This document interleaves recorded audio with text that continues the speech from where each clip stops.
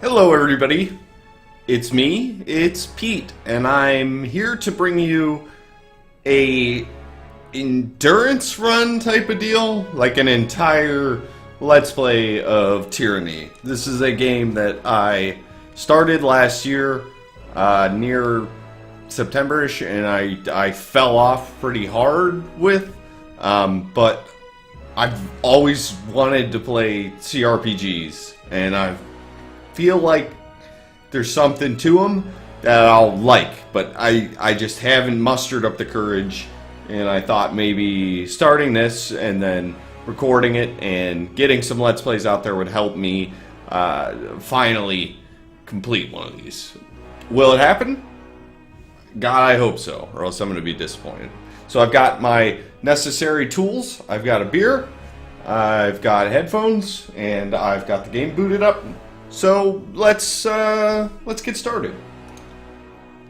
I think I played about like 8 hours of this the last time I played it, and I like playing these games on normal difficulty. So if I remember correctly, this like opens up with this whole thing where you kind of have to read and decide the war. I'm hoping to play this in small chunks. I'm going to do a little bit tonight and some tomorrow, and then I'll just be releasing a little bit every day until I'm finished. That's a hope. I'm not going to be playing every day, but hopefully video goes up about every day. The armies of Kairos the Overlord have swept across the known world. All who stood against them fell before their might. Even the Archons, women and men of immense power, were forced to kneel, chained to the Overlord's will. Now Kairos' final conquest has come to our corner of the world, and two of the Overlord's armies compete for the honor of taking our lands. The elite disfavored, and the teeming horde of the Scarlet Chorus. The voices of Narad, Spymaster and Archon of Secrets, guides the fierce and undisciplined masses of the Scarlet Chorus. With each battle, the Scarlet Chorus grows stronger, as the defeated are given a simple choice: serve or die. Graven Ash, Archon of War and the Overlord's most loyal general, leads the disfavored. Though small in number, Kairos' ironclad legion has never met true defeat in open battle. Watching over the two generals is Tyranny, the Adjudicator, Archon of Justice, eldest of Kairos' minions. Tyranny brings Kairos' laws to newly conquered lands, aided by the Fatebinders, judges and executioners of the Overlord's laws. You were among the youngest of the court of Fatebinders when Kairos' armies came to our lands. How could we have known that the fate of thousands would rest in your hands? Guys, guess what? I'm going to be a hero, as it always happens in every RPG. Okay, so let's make our character. I am going to be a male. Trying to find my body type. I'm gonna go through this stuff pretty extensively this time. I want to learn, and I want to entrench myself in this world and really commit, which I think is a good thing. So I'm gonna try and make this guy look like me. I always find I have a more engrossing experience if they look like me, which is hard considering, you know, I don't look much like a battle-hardened warrior. I look like a guy who plays video games on the internet. Let's get our skin worked out. Sure, I guess I'm the lightest possible, and I'd say I'm not tall and slender. I'm also not that thick. I'm that tall, so I'm pretty short and stuff. So let's see. Let's read this. In the Northern Empire, where you were born, men enjoy equal protections under the laws of the overlord Kairos. In the southern lands of the tiers, only men may own or captain ships, but real estate is restricted to women. Okay, so that's interesting. So men can own or captain ships, but only women can have real estate. Got it. Men may lease, but durable ownership of the land in the tiers always passes to the eldest daughters or sister. Okay. Most sons enter their father's profession by their mid-teens. Those without a profession or family lands to work can find purpose by pledging service to one of the Overlord's mighty archons, the period. Criminals, derelicts, and others are often conscripted into the armies of the archons. If a child cannot forge his own skein, he will certainly find one in battle. So it's pretty much you fall into line with your father's profession as a man, or you go to battle. So, now let's read the one for the women too. In the Northern Empire, where you were born, women enjoy equal protections under the laws of Overlord Kairos. That's good. That is very good. In the southern lands of the tiers, women may crew a ship, but only men may own or captain a vessel. While these customs give the oceans to the men, the lands are trusted to the women. Men may rent and lease, but only women may own land and bequeath it to their daughters and sisters. While following a parent's profession is standard, many women choose to pledge service to one of the Overlord's powerful archons. Those without a viable trade or lands to call their own are often drafted into the armies of the archons, where it is assumed they will rise to glory or vanish in obscurity in accordance to their worth. Okay, so, it's pretty much the same. The big difference is that women can own real estate, men can only lease. So that's cool. Okay, got that. Let's go to next. Okay, so now we just do our, portrait. I don't even know what type of character I'm going to play, so it's going to be hard. Let's see if there's any of them that look like me in any way whatsoever. I guess I could use like this guy, because... Oh, yeah. What do you think? Does that look close? I think pretty much me. Okay. Let's pick out the face. Do they have an option with no chin whatsoever? That one has a pretty good jaw. I don't have that. We'll fix it with the facial hair. I guess kind of red.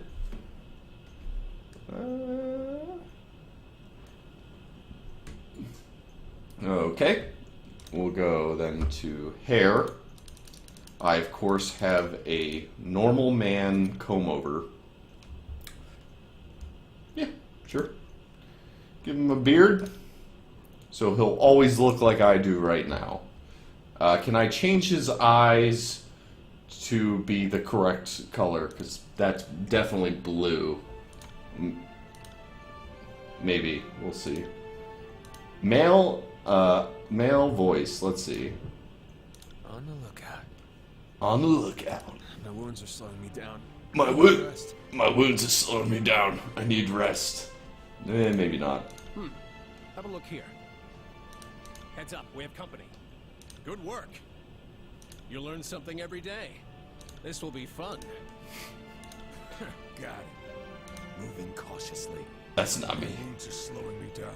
My I need rest. My wounds are slowing me down. I need rest. Right. Oh my god, that did not go over well. Curious. I guess I'm sneaky, if anything. Cool. Then we could give me some tattoos. I have no tattoos in real life. Not yet.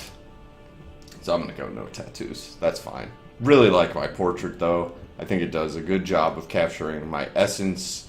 I have many of these spinlets to put around my head. So yeah, let's go next. Okay, let's get to pick our history. Okay, so origin. Does this change according? Oh, okay. So all these have a description, and we're gonna go through all of them. So saddle up. This first video might just be creating my character and then Conquest, which I think is pretty fine with me. How did you join Kairos' army? Okay. Origin. Today, you are a fate binder, agent of the Archon of Justice. You are by no means free, but as a warrior scholar deputized with discretionary powers to interpret and execute the laws of the Overlord Kairos, you are freer than most. So we are a warrior scholar who has been given the ability to enforce the law as we see fit.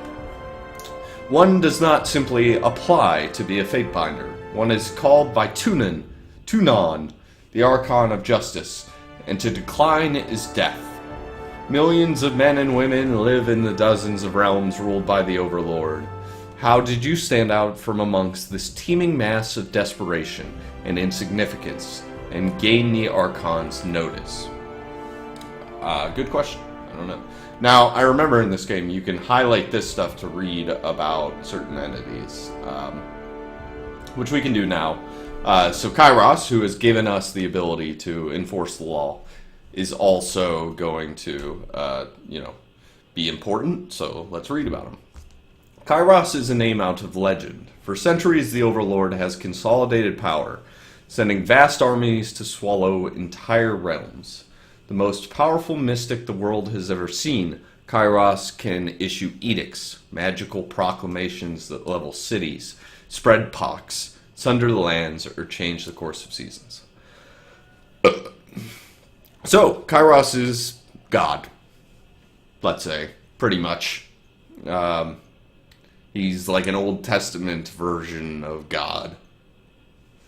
Now, who is Tunon? Who has called me to be a fate binder? Tunon, Tunon, the Adjudicator, is the Archon of Justice, ruler of the conquered realms and arbiter of disputes. Oldest of the Archons sent to conquer the Tiers, Tunon speaks with Kairos' authority. His true appearance remains hidden behind an iron mask, the face of judgment. Tunon is an impartial, sober creature who wholly obsessed with justice and order. Okay, so we can right-click for more detail. Where did we get to? We got to the part where he was... So this, I think, okay. We got this first part. Let's read the rest. The Archons, the masters of magic throughout the known world, bow to Kairos, and the Overlord readily destroys any Archons unwilling to kneel. These sorceresses and madmen lead the Overlord's army in near endless conquest, as the realms of the known world fall to the Overlord. These captured territories are divided up amongst the Archons to manage. Able to deliver suffering and woe to every corner of Terratus without leaving the capital, few have seen the Overlord in person, though Kairos' name is the single most recognized name in the world. Only the Archons can say what the Overlord looks like. Okay. So he's also kind of like shrouded in mystery. He does not like Archons disobeying him. The Archons are the leaders of the armies. Okay. Let's get more about Tunon. We got to the point where he's obsessed with justice and order. Also, though assumed to be a powerful combatant, Tunon rarely strays from his throne room, entrusting his court of fate binders to act as his eyes and ears, as well as judges, juries, and executioners. So, I guess to sum it up, Kairos is God, the Old Testament God, and Tunon is kind of a leader who called you to be where you're at and doing the job that you're doing, but doesn't usually partake in combat himself. Okay, so let's get into the backgrounds. This game, if you're going to bear with me through this, and this is a forewarning, because I'm going to take this playthrough seriously, because I think the reason I usually don't end up seeing these games through is because I skim the reading, so I'm really trying to commit to getting enthralled in kind of like this being a storybook. So this is almost going to be like an audiobook in a lot of points, especially I think at the beginning, probably less later. Okay. Not wishing to pay to feed and house too, the madame that purchased your mother sold you to the proving grounds, the Northern Empire's bloodiest, most notorious fighting arena. I like it already. Given only enough training to assure the show isn't over too soon, your natural prowess and survival instinct led you to one victory after another. There was no elegant swordplay, no formalized duels, just brutal melee and the stench of blood, shit, and bronze with each day's gruesome necessities. It is said that any fighter that slays a dozen others in the grand melee is given her freedom, but in 300 years, only 3 warriors have ever walked away from the proving grounds. When the closing horn sounded and 13 corpses lay about your feet, you became the 4th to be granted freedom to thunderous applause.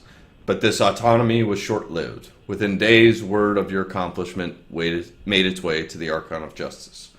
So if we are the pit fighter, we have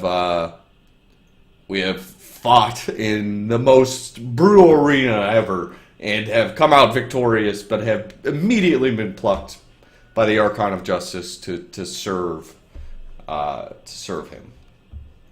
Okay, Hunter.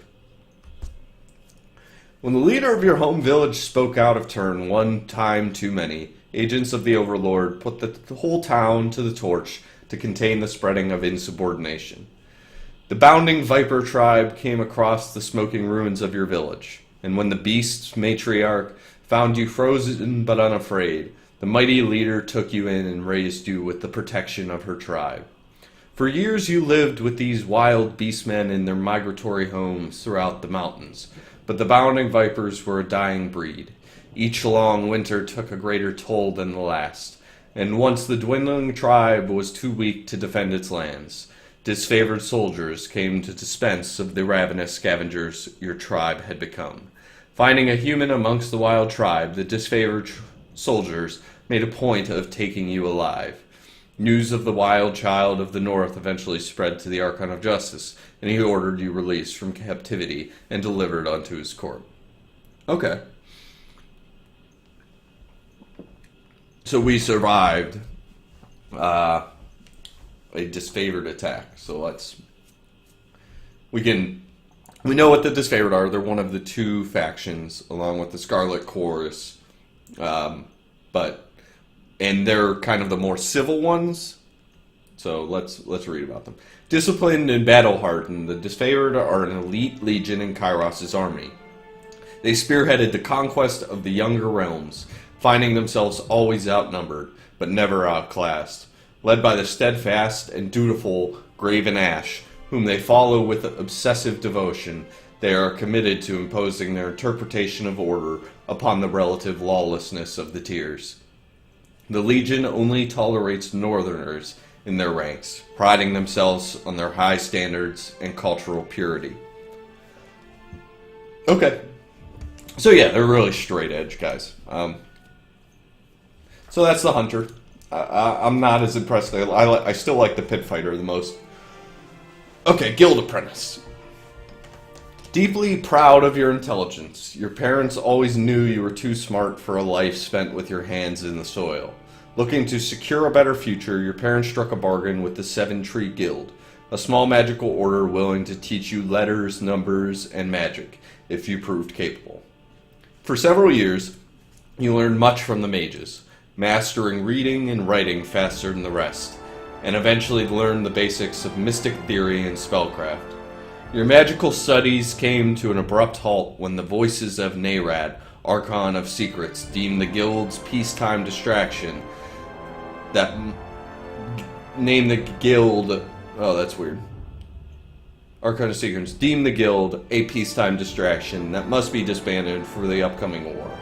Its mages assigned to proper armies. While your peers went on to other guilds, your mind was seen as too valuable to be wasted on the armies.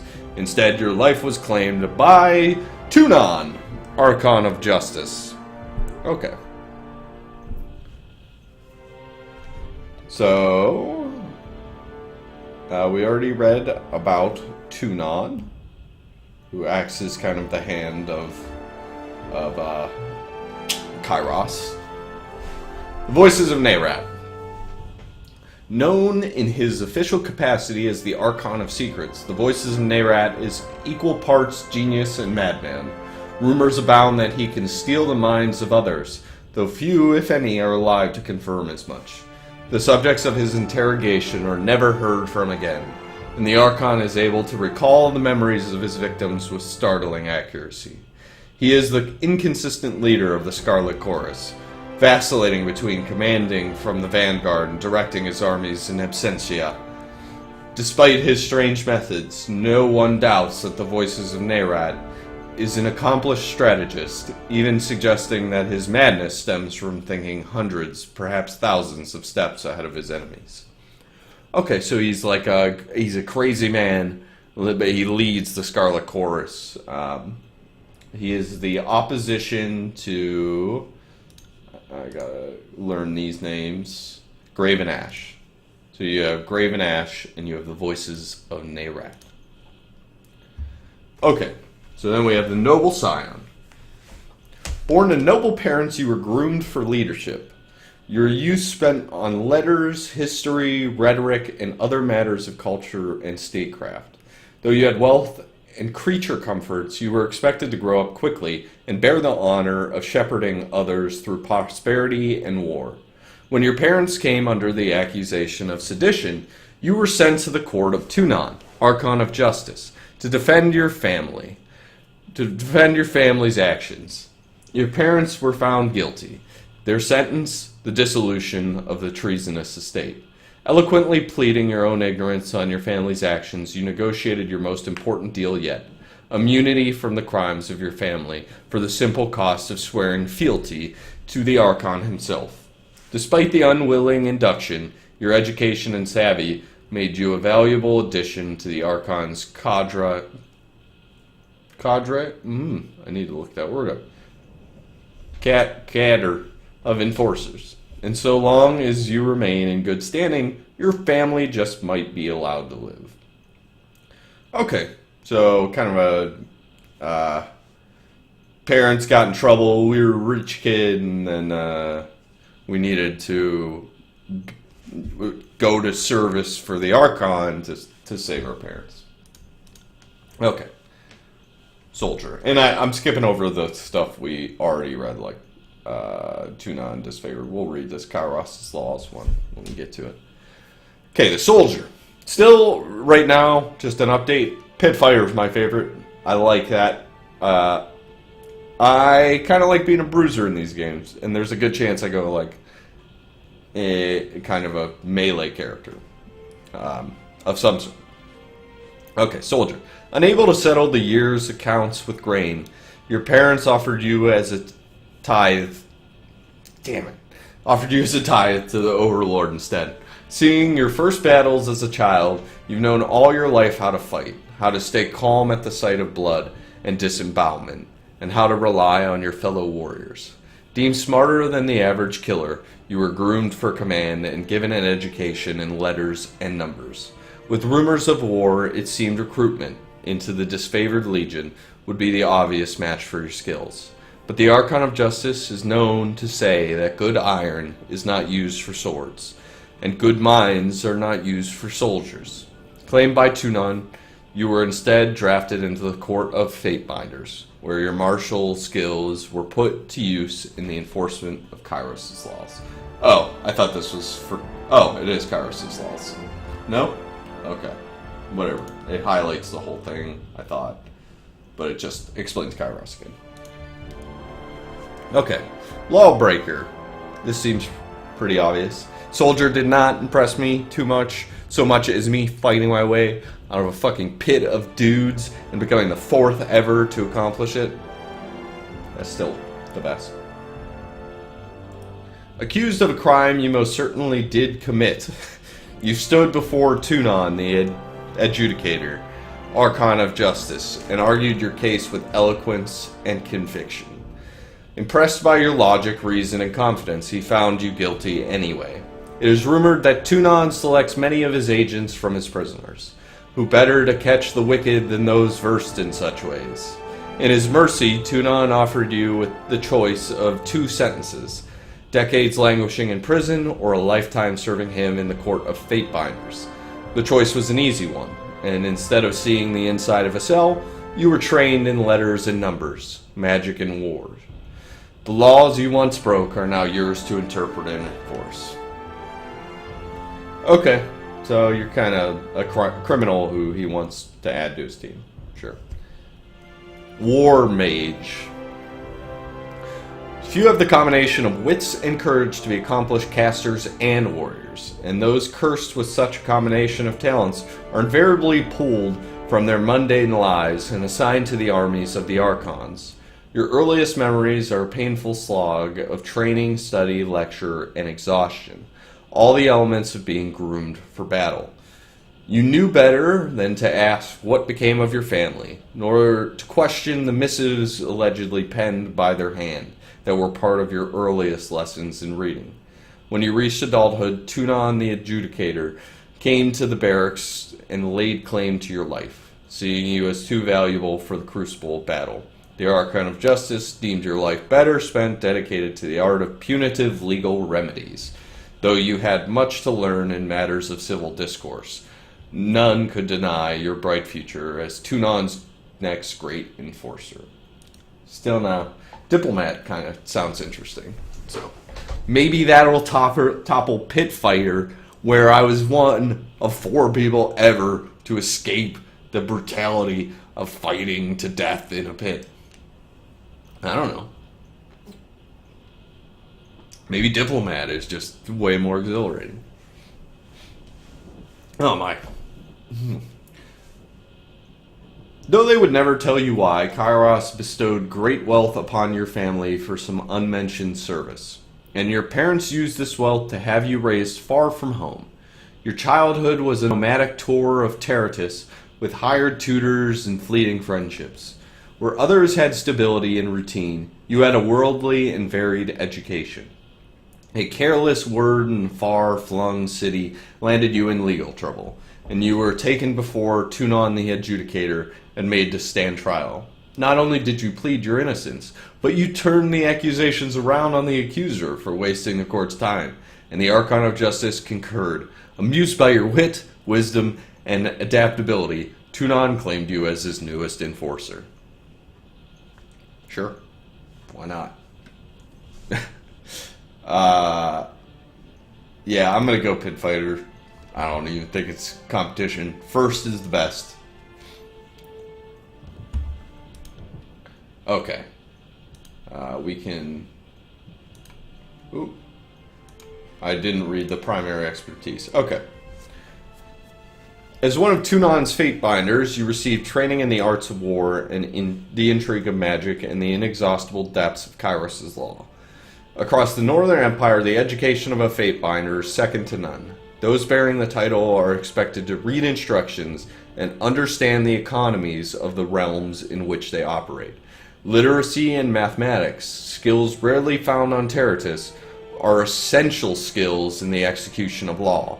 Subtler talents like speechcraft or tactics are honed with time and experience under Tunon's guidance. Okay. So we're gonna be able to be good at something. Unarmed attacks, just as the brawler, just seems like an awesome thing. Unarmed fighting is one of the more challenging combat styles. Damage is generally low, but this is set by the speed of your attacks. A good style for someone interested in being challenged. While fighting unarmed, the dodge skill is used to avoid melee attacks rather than parry. So it sounds good. My only worry about that is that I'm going to not be good enough. But I think I should go for it. I think I can manage. We'll see. I mean, maybe I'll eventually get really frustrated, but I'm not sure. So I have to choose an ability. I either get Flurry of Blows, which has a cooldown of 30 seconds, 7 to 10 crush damage. You get 2 attacks. Okay. So it's like it's a double attack with a 30-second cooldown. Okay, and then you got Palm Strike, which is 14 to 28 damage, pushes your opponent. Faux target versus endurance. I don't know what that means yet. You usually get to interrupt, and all weapons are valid. I like the Palm Strike. I'm gonna go with that. Okay, and then we get a secondary expertise.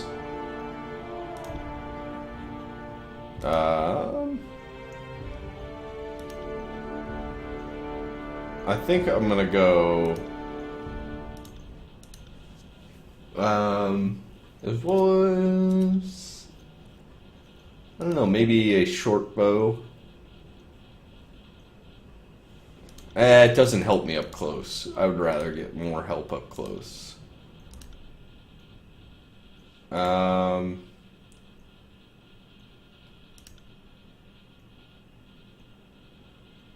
I don't know. We could always go with like a.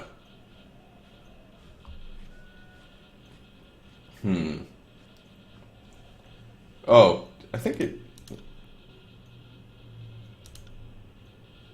I'll go. I think I want to go with shock. That way we're fast and can shock people, I guess. I'm not sure if that's going to be good, but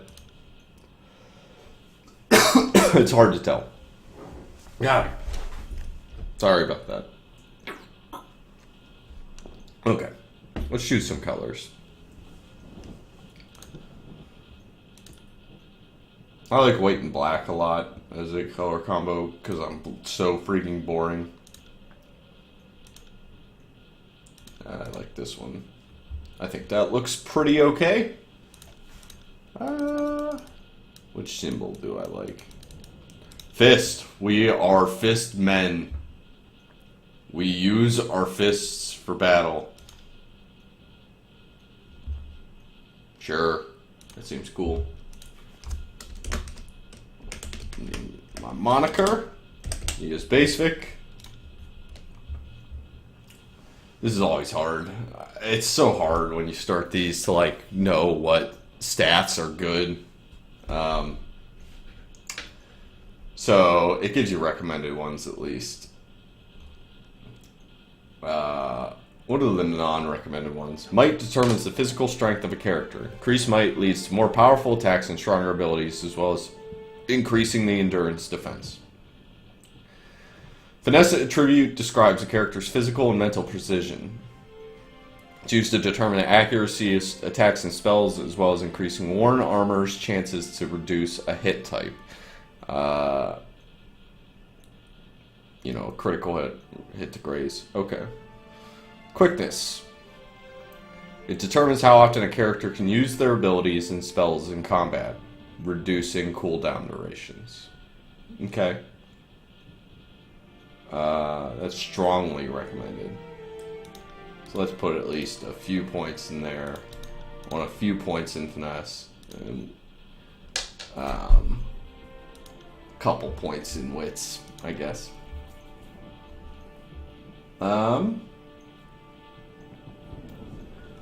Weapon skills. Put a little bit extra in there. I mainly just want to be awesome at unarmed attacks. I mainly just want to fist fight my way through the game, and I could be making a very stupid mistake. So, now we have the Conquest. So, we're going to kind of learn about the world here, and to make some decisions. And now the Overlord's eye is on the Tears, our home. The last corner of the world free of Kairos' reign. 2 armies, the Disfavored and the Scarlet Chorus, march south from the Northern Empire, the last realm to fall to Kairos a century prior. Okay. So the entire world has fallen to Kairos. Kairos is taken over. He wants the Tears now. That's the only place that Kairos is not attacking. Okay. So currently the Disfavored and Scarlet Chorus are marching down there. In the early days of 428, Kairos' armies arrive at the Gates of Judgment, the mountainous border that we Tearsmen so long believed unassailable. Unable to agree on a unified plan of defense, the various leaders of the Tears sit and wait for each other to deal with the conquerors, until it's too late. Okay, so the armies arrived. Yep, nobody can agree on a defense. Okay. Conquest. During the Conquest, you will decide your character's actions during Kairos' invasion of the Tears, shaping the world through which you will adventure over the course of the game. Each choice you make affects your character and how major factions of the Tears respond to you. Your decisions matter. Choose wisely. So, for those of you who don't know, Obsidian is the people who made New Vegas. They're the developers, and they put a heavy emphasis on player choice. Oh, we got some reading. The Bastard City stood on the northern border between Kairos' empire and the Tears. Built upon a natural harbor at the crossroads between realms, the city was a nexus of commerce. To the Tears, it was the center of all wealth. To a northerner, it was little more than a backwater trading post. Its symbolic... God, I shouldn't drink beer. Its symbolic status as a gateway to the continent made it a natural first target in Kairos' military conquest. Circumstances were ideal for you to prove your worth as a soldier in Kairos' army. Taking the city would send a message to the rest of the Tears. Kairos' will is insurmountable. So we really want the Bastard City.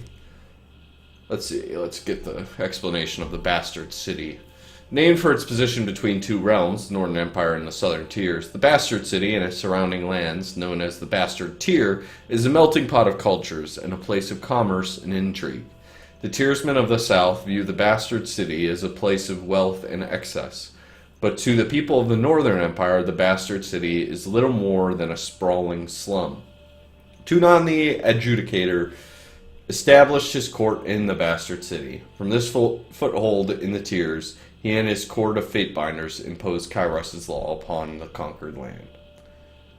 So it's a very vitally positioned city.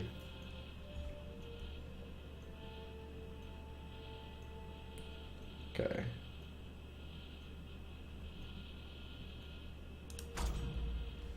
Okay, the Gates of Judgment. The armies of Kairos took the battle to the Gates of Judgment, trumpeting the opening call of the conquest of the Tears. The 2 armies, the Disfavored and the Scarlet Chorus, brought their distinctive sense of order and chaos to the assault. You went to battle alongside the army whose approach best suited your strengths. So, my character, who is coming from... I'm going to roleplay, by the way. My character is going to roleplay. Like, I'm not going to make decisions as me. I'm going to make them as Basefic, who survived the pits. And I think he is probably on the side of the Scarlet Chorus. You rushed with the chaotic mass of the Scarlet Chorus, flanked the bastard city's army, and drove them to flee. I think that's probably what I would do. Standing shield to shield with Kyrus' army, you advanced on the mercenary army purchased by the nobles of the bastard city. Yeah, I think I'd go with the chaos of the Scarlet Chorus. You caught the mercenary army unprepared for the mania and disorder of the Scarlet Chorus. Your forces overwhelmed the Tyr's defenses in a few short hours, hacking and burning their way into the continent. Any mercenaries who survived the battle found themselves initiated into the Scarlet Chorus, tortured by ruthless interrogators, or made the sport of competition as the army marched ruthlessly forward. Oh, I should have probably... So these are choices too.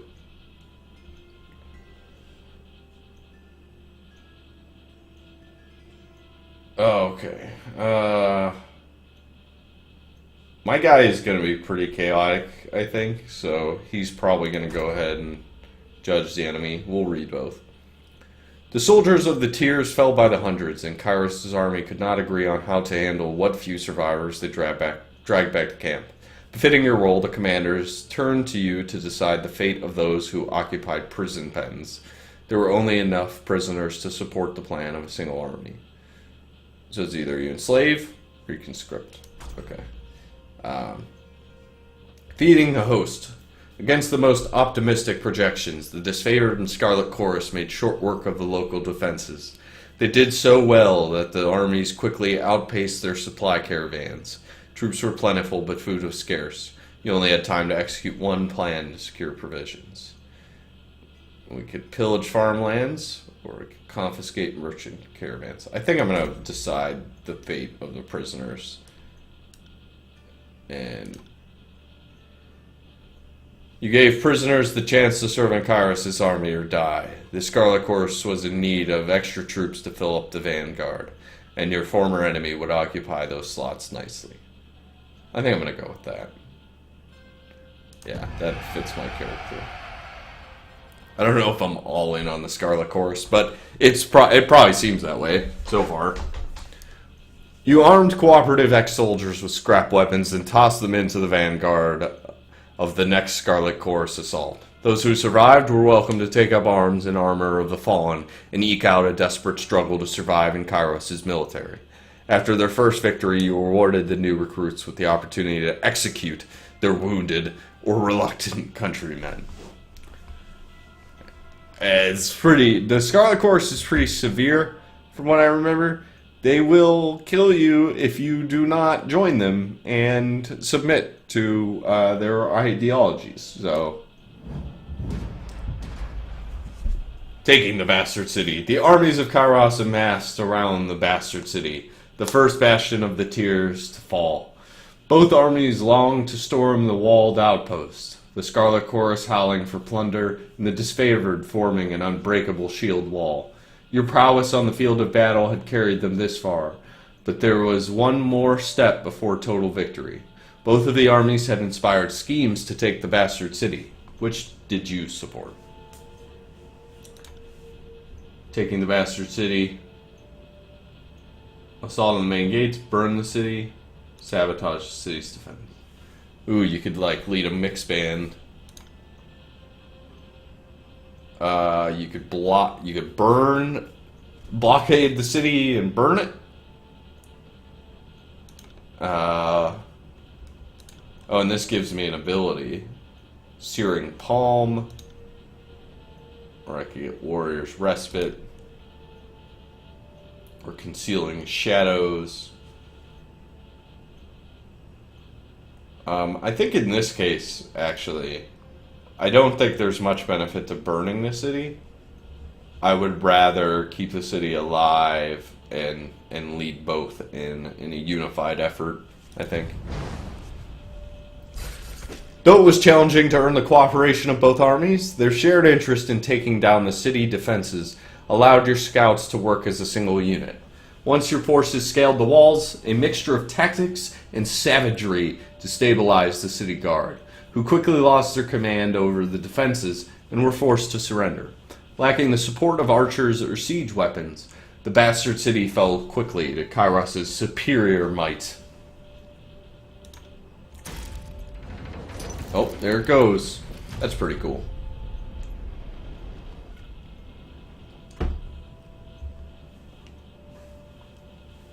Okay, the bastard city settled into a new state of normalcy, with every tower displaying Kairos' banner. Your name was whispered alongside rumors of a decorated career to come. The armies divided into two fronts and migrated south. Tunon sent word that you were to join the next frontier of Kairos' conquest, either as judge and overseer of the settlement of Leviathan's Crossing, or as a war advisor, with the armies advancing into the realm of Apex.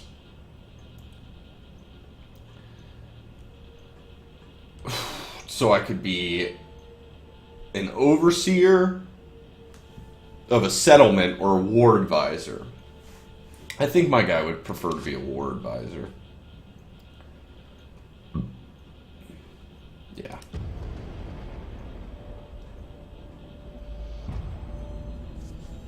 You too.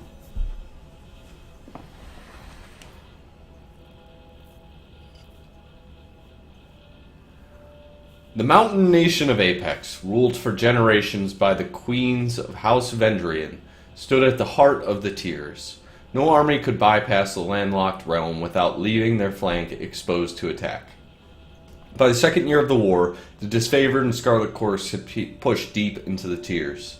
Elements of both armies were dispatched to conquer Apex. Tunon assigned you to accompany them, tasked with bringing Kairos' law to the territory as well as keeping an eye on both armies. The Archon of Stone's assault was perhaps too successful. A new school of mages presented problems and opportunities. A school of water mages loyal to the Tiersmen posed a substantial threat. The disfavored wished to annihilate the school, while the Scarlet Chorus insisted on capturing the mages, wishing to learn of their craft. My guy, I don't think has too much interest in magic, like outside of what is useful, to him. He's more interested in brute force, so.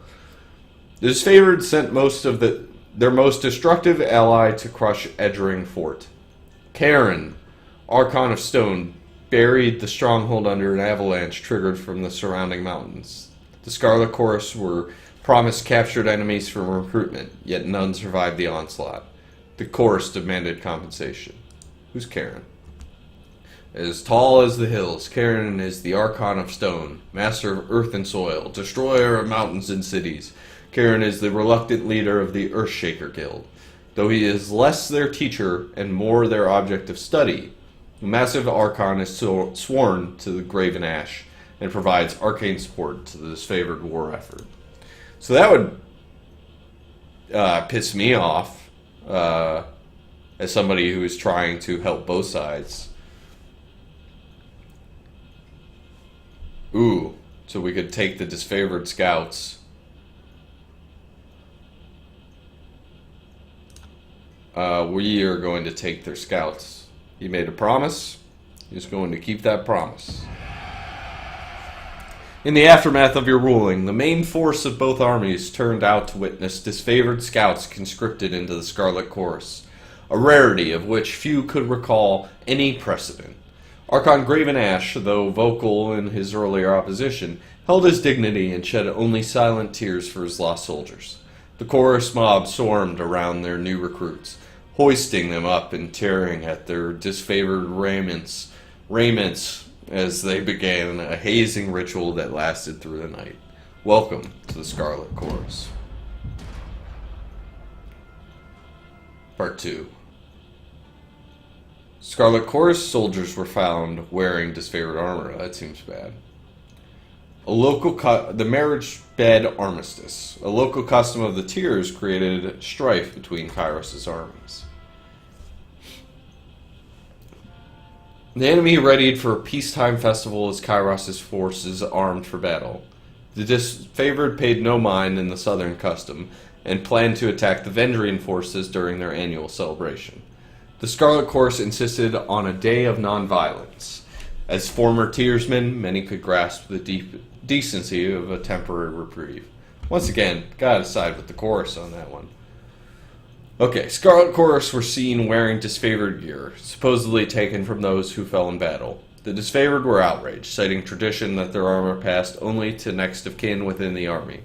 In a debate of tradition versus practicality, you had to rule in favor of one army over another. So I think the one that most interests me is that the disfavored want to attack during the wedding, and you know, we have men who used to be tiersmen, so we are going to support them. The festivities went off as expected, and the Scarlet Chorus recruits you sent to enjoy themselves reported little animosity amongst the revelers. The disfavored protested your ruling as too merciful, and waged all-night training drills to combat the sound of celebration with an anthem of swords and shields. It's just jockey douchebags.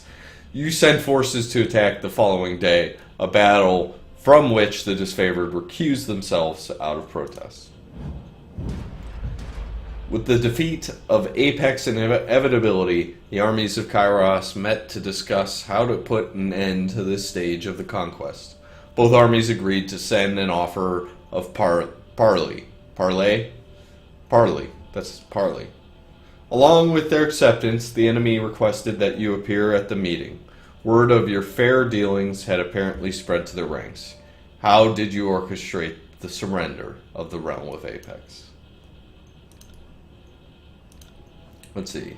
So the disfavored, through the days of mediation, you negotiated the surrender of the Valley of Kairos' forces, putting an end to further bloodshed. Taunting the Queen of Apex into striking you under a banner of truce, you baited the Queen of Apex into a duel and slew her, frightening her vassals into submission. This is morally inconsistent, but it fits the fact that my guy is somebody who would fight the Queen because for no reason at all. It's just in his nature. I can't believe I just did it. That is stupid. The Scarlet Chorus urged you to show the Overlord's strength by any means necessary. During peace talks, a well-placed insult goaded the Queen of Apex into striking you. You responded to the slight by challenging her to a duel. Though the Queen was skilled in battle, your field experience outmatched her court training. As her body lay cooling on the ground, you demanded that her followers kneel before the Overlord's banner. Unable to rise above the fear of the moment, the remaining leaders capitulated, surrendering the valley to Kairos' forces. Sure.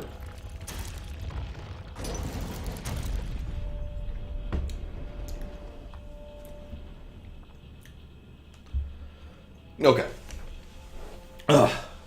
My voice is getting tired. The land of Apex finally rested in the hands of Kairos' forces. The Scarlet Chorus paused to revel in victory, while the disfavored prepared for the next fight, affording themselves but an evening's rest. Kairos' armies radiated out from the conquered citadel and worked their way across the tiers. The disfavored and Scarlet Chorus aimed to dominate as much territory as possible in the coming year.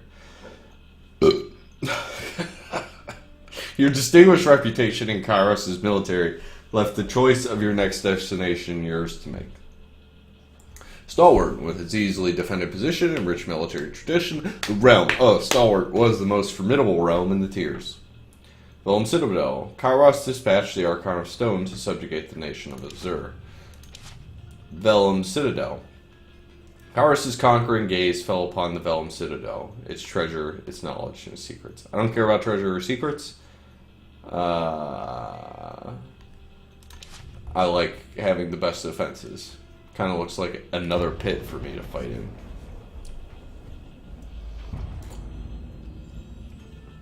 Yeah, 3.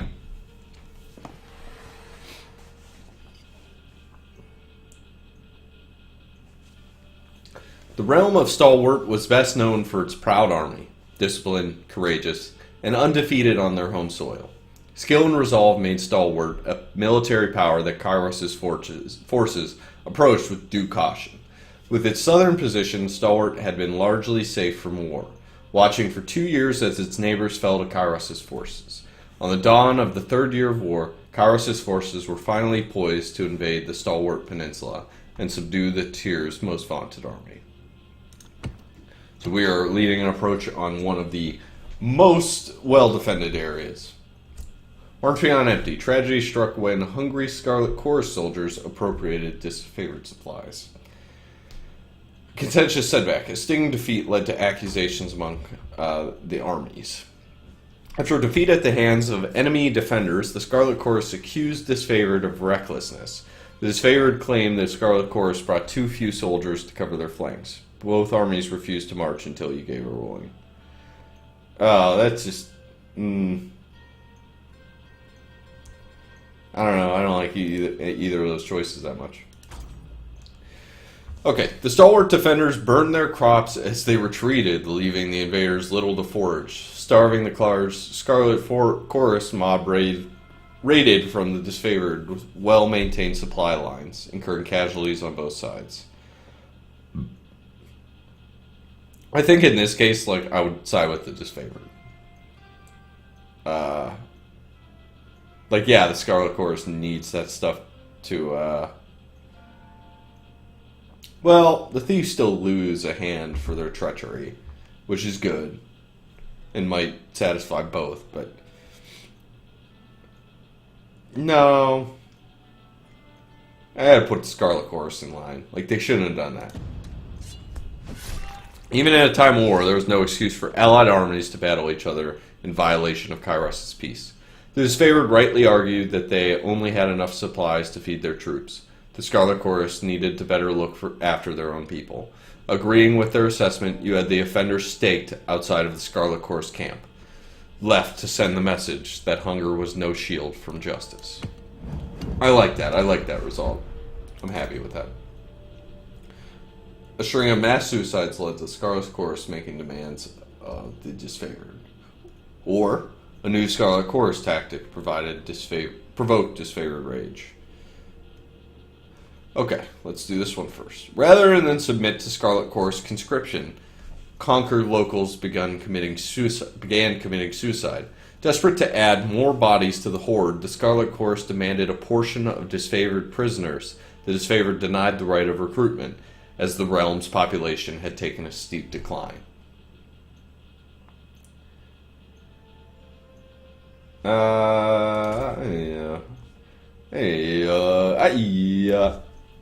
The Beasts of Stalwart. Scarlet Chorus mages discovered a spell to turn beastmen slaves against their handlers. The army prepared to deploy this tactic elsewhere, but the disfavored protested. The use of unsanctioned magical practices ran contrary to Kairos' law, and beastmen were considered too erratic to be relied upon, even as shock troops. Well, I think in this case, knowing what I know about Kairos, I am somebody who would respect his law in this scenario. So I'm going to agree with the disfavored. Scarlet Chorus argued that their tactics were suppressed by the disfavored's rigid sense of ethics, which didn't apply to their side of the military campaign. You listened to these complaints with interest, wondering if they suggested some greater flaw in the conquest, but stood by your decision. The disfavored took the more orderly approach. Kairos' peace meant nothing without order. Edict of Storms. The disfavored carved a slow, steady path into the heart of Stalwart and surrounded the enemy's massive fortress. With the main bulk of their forces defeated, the enemy leadership retreated to their mighty fortress, content to wait out the war. The Overlord answered this impudence with an Edict of Storms on the peninsula, a devastating spell that would endure for as long as the cowardly hearts of Stalwart's leaders persisted in beating. Knowing you had the trust of Graven Ash, Tunon deemed you the proper representative to deliver Kairos' edict. Aside from being given a 3-day window to read the edict, you received no other instructions.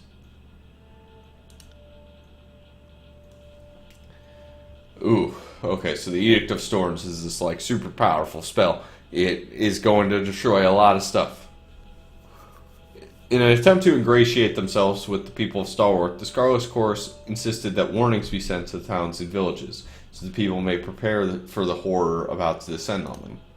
Agreeing with the wishes of the disfavored, you proclaim the edict at once, leaving the enemy no time to react. Stalwart had ample opportunity to surrender for several years. The time for mercy was long gone. No, definitely the other one. My guy's not a monster. Kairos' wrath was intended for the cowardly regents of Stalwart, not those unfortunates swept up in the calamity of their leadership. A warning in advance of the spell would give locals time to prepare for the devastation to come. You were content to let punishment fall on the innocent as lightly as Kairos' will allows. Comforted that you might yet spare lives, you broke the seal of Kairos' Edict of Storms and read the Overlord's incantation. Okay.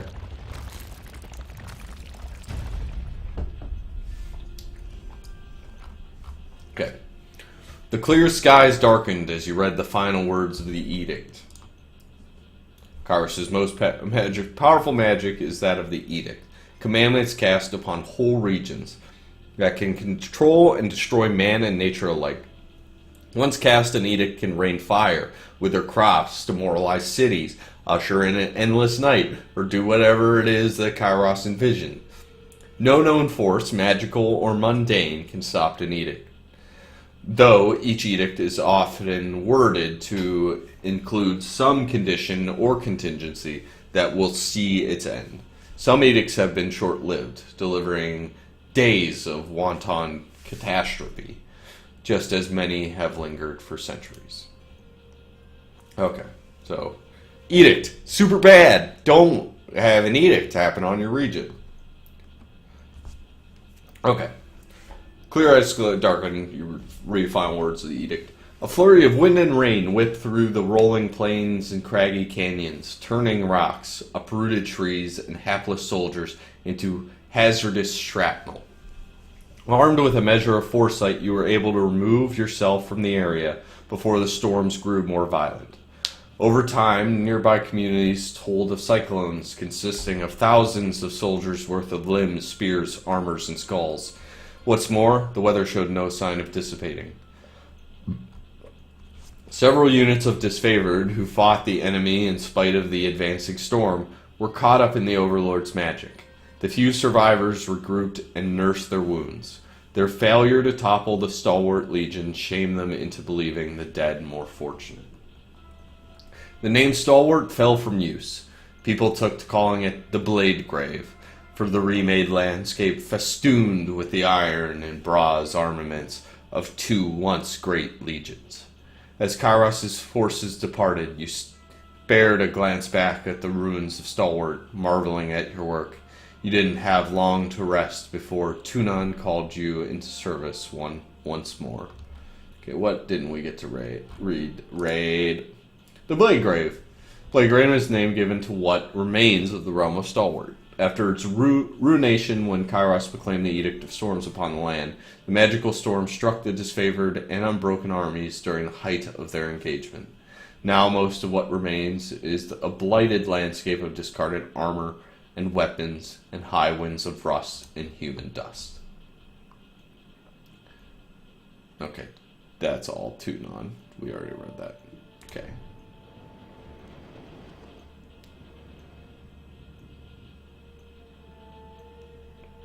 Let's continue.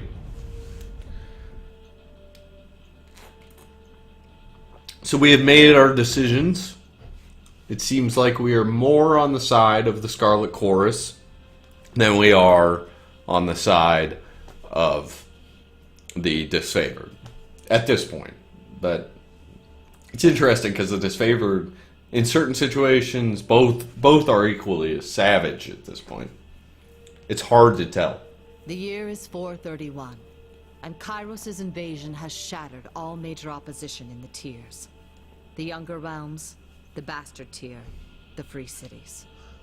All who defied Kairos lay broken by battle, or bowed in surrender. The two armies of the Overlord, the Disfavored and the Scarlet Chorus, now control our lands.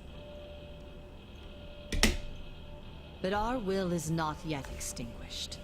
Not entirely. In the Valley of Vendrian's Well, those of us unwilling to bow to Kairos have banded together in defiance. Violating an oath of surrender from 2 years prior, we have staged a bloody uprising. murdering the disfavored and Scarlet Chorus garrison in a midnight assault. So this is being told from the perspective, it seems, of like the resistance to our armies. With their main forces spread across the tiers, the disfavored and Scarlet Chorus redeploy to Vendrian's Well to crush the resistance. But months pass with no definitive battle. As disagreement and discord paralyze the Archons, we bide our time and wait for our message of insurrection to spread across the tiers. So yeah, they're the people who are opposing our army's march, and as well as Overlord Kairos. is not amused, and Kairos has one message for the Archons: crush the Oathbreakers or die.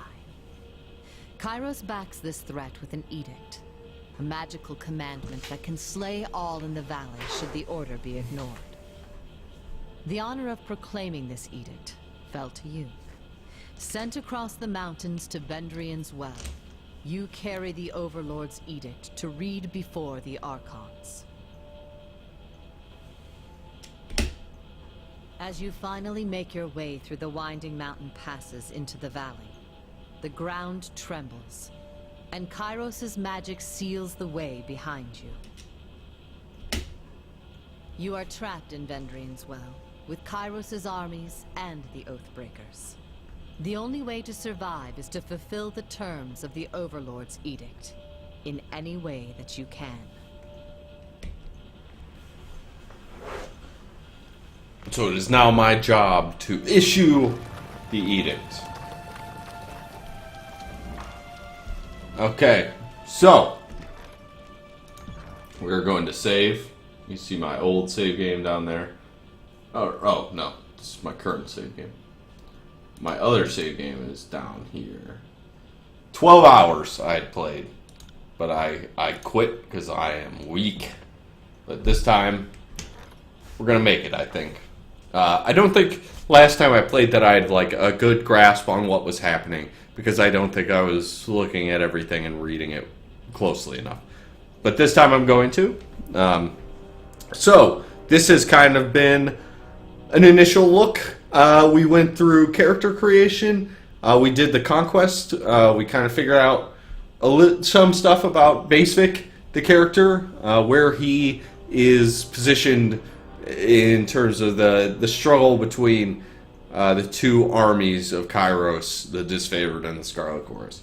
I had a great time, actually, just, doing a bunch of reading and a bunch of learning kind of about the world we're heading into. I had forgotten a ton from my last playthrough, so this was all a nice, welcome surprise for me.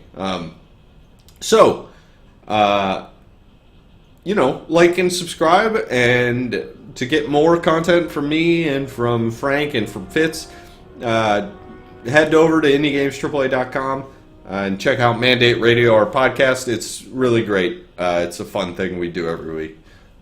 And yeah, I look forward to handling more of these. So I will see you next time on my Let's Play of Tyranny.